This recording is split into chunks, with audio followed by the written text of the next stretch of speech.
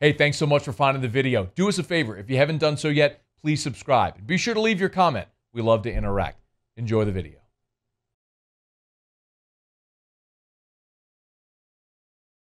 I'm really interested by this, Mike, that the Broncos, the Seahawks, the Lions, their players have all said they're kind of unsatisfied with the offseason health and safety protocols. They're not going to go to voluntary workouts. First, if you would, could you lay out for us what the structure is for voluntary workouts, and might the Saints players be next? Well, I mean, I don't know for sure if the Saints collectively will get together and do the same thing, but I have to guess, yes, there's a good chance because, I mean, we're seeing this spread up so quickly among teams around the league.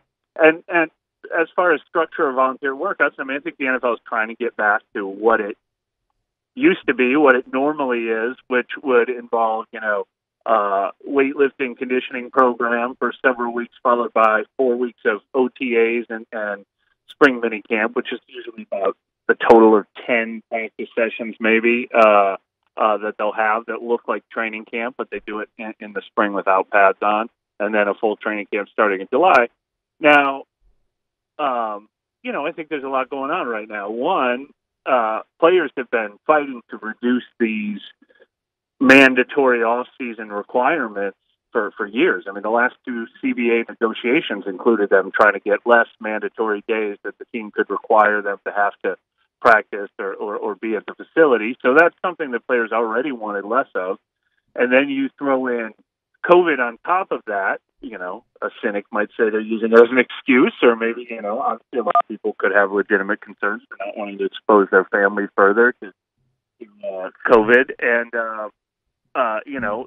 it's not worth the risk to them, to come back and do this all-season program that they're not wild about in the first place if they're not completely satisfied with COVID. And then, last year we had no off-season, and there wasn't a ton of ramifications from it. I mean, I know the Saints rookies did not play very well, and obviously the off-season means more to rookies and new players who are developing, but injuries didn't skyrocket. Play didn't get a lot worse. I mean, it wasn't a disaster not having an off season. So I think there's probably not a ton of motivation for them to say we got to get back to year-round football either.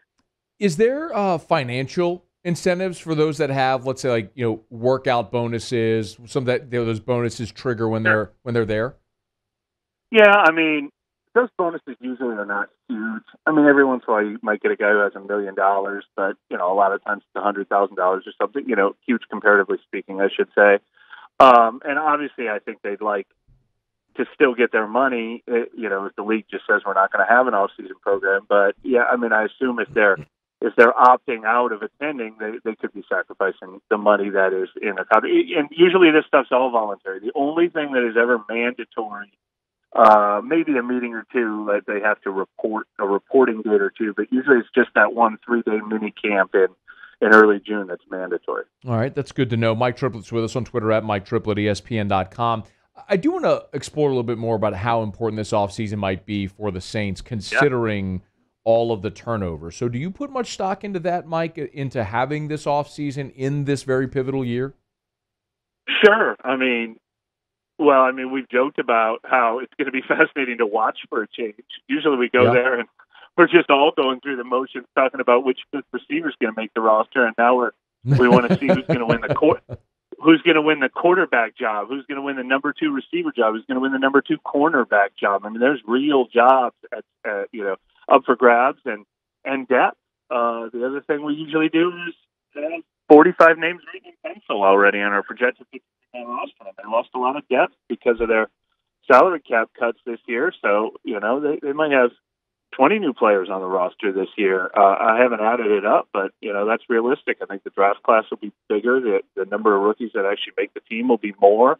I think the offseason is going to be more important to them than it usually is. Mike Triplett's with us, ESPN.com. Draft is 2 weeks from tomorrow. I don't want to spoil anything because I know that the ESPN typically has actually, what does ESPN have planned as far as mock drafts and specials like that? Yeah, we used to go do it in person before COVID, and last year we did it. We all recorded our picks on video. We're going to do that again, but there still will be a TV special where we all make our picks on behalf of the team. And you can't spoil it yet because we are making our picks on Friday. Oh, so you have not yet made your pick. I don't even know yet who will be available to the Saints. Okay. I'm going to ask you that anyone within reason is available. No trades. Yeah. If they stay at 28, what would you like to see them do? Well, I think, quarterback is obviously such a fascinating need. It's just not realistic at 28. I think the top 5 guys are all going in the top 10. I don't think anyone else should go in the first round. So I'm taking that out of the picture, and I think any kind of a trade for a quarterback would be insanity. It would be very expensive. I can't rule it out because that position's so important, but I don't think that's what's going to happen. So, if we're looking at their needs, I think, like I said, cornerback and receiver are the two that stick out to me. I mean, if they get a guy good enough, he could start right away, and it's certainly a long-term need as well. They've got vacancies at those important positions in their starting lineup. You could say the same for middle linebacker or weak side linebacker, depending on where they want DeMario Davis to line up. But, because of their depth, they could use a third edge rusher or a fourth edge rusher. They could use a guy who could be a starting offensive tackle next year if they're not going to re-sign Ryan Ramczyk or Tron Armstead. I think a lot of positions are on the table.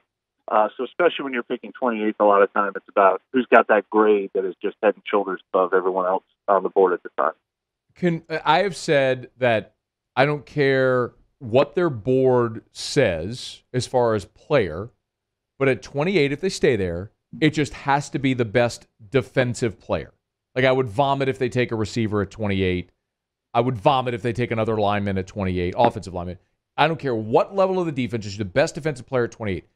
Tell me why I'm wrong and why it's okay to take an offensive player at 28. All right, well, here's why you're wrong. Okay. First of all, it's disgusting. And second of all...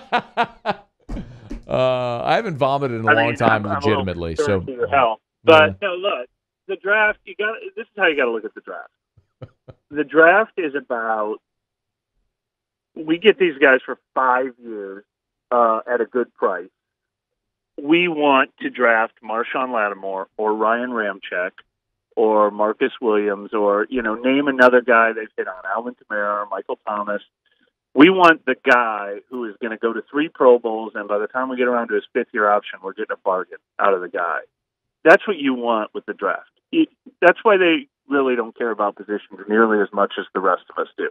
If they have a guy that they're like, oh, my God, we have this guy's the 10th best player in this year's draft, he could be a running back. He could be a corner. He could be a tight end. So that's what the draft is about. And that's a smart way to draft.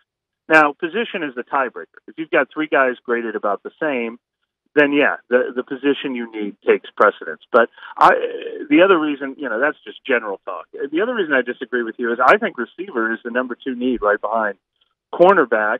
And like I said about offensive tackle, that'd be great if they could re-sign Ryan Ramczyk and Tron Armstead. But with their money, I think they're going to have a hard time re-signing both of those guys. So if they draft a guy who can start at offensive tackle starting next year, that position wouldn't bother me either. We're going to fight, you and me. If we don't physically fight, we'll do Mad Libs or something like that, and that's how we'll settle this. He is the very literal Mike Triplett, who does not want to see me cute. So they better not draft an offensive player. Let me throw out just continuing with the hypotheticals.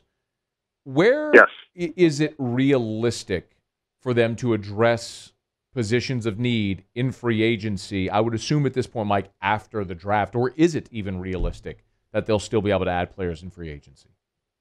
Well, what's funny is for over a decade now, we've always talked about how the salary cap is fake, and they can just manipulate it however they want to, and it's not ever as daunting or as damning as it looks like it's going to be.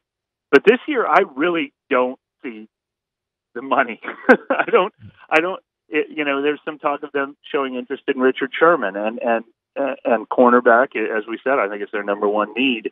So that wouldn't surprise me at all, especially with Chris Richard as their secondary coach now. And we know they kicked the tires on a couple other high-priced corners that were reported. So that wouldn't shock me. And I saw someone speculate maybe they're waiting until after June 1st because then it doesn't figure into the comp pick formula. So maybe they've talked to Richard Sherman and said, let's take a look and see what it looks like on June 1st. But So that would not surprise me, but I really do think they'd have to work out an extension with one of these guys who's in the final year of his deal, or they would have to cut a current player. I don't know, Latavius Murray. I don't think they want to do that. I don't think they can spend a ton of money in free agency, but that's the position I think they'd go for if they were going to go after one more guy. Would be cornerback, even if they draft one in the first round? No, I mean, if they draft one in the first round, obviously it becomes less of a need, but it is a position where you can stockpile that. Maybe they'll sign a cheap veteran still, even if they draft one. So all right, so last thing, let's say hypothetically that they do draft a corner. Where do they get a starting linebacker? Where do they get a starting interior defensive lineman? Where do they get that next wide receiver? Where do they come if not in the draft? Well, now, when you say free agency, I was thinking free agents that will cost money. Mm-hmm. Unfortunately for NFL players this year, you can get some good, or not good, but, experienced starting caliber players probably for the veteran minimum after June 1st. And one good thing for the Saints is those two positions we're talking about, cornerback and receiver. There's so many good ones in the draft. Teams will fill their needs in the draft. There's a lot of good ones out there looking for work that are going to come way cheaper than they should in free agency still. And the guys that are signing at this point, if there's a position, if they just simply do not get a nose tackle and they want to have a veteran in here, I think they can get guys who have started games in the NFL for the veteran minimum. A good example that comes to mind from last year was like James Hurst. He had started 40-plus games at guard and tackle for the Ravens, and they signed him as their backup guard tackle for the veteran minimum. I mean, that's the kind of caliber of player you can still add to this roster if you don't get it in the draft. It is really good perspective to see how they piece this thing together between now and obviously the start of the season come September. He is Mike Triplett. Make sure you're reading his stuff at ESPN.com. You got him followed on Twitter at Mike Triplett. As always, we appreciate you, man. Thanks. Thank you. Thanks for having me. Hey, thanks so much for watching. Please leave your comments. I love to interact. And be sure to hit the red subscribe button below.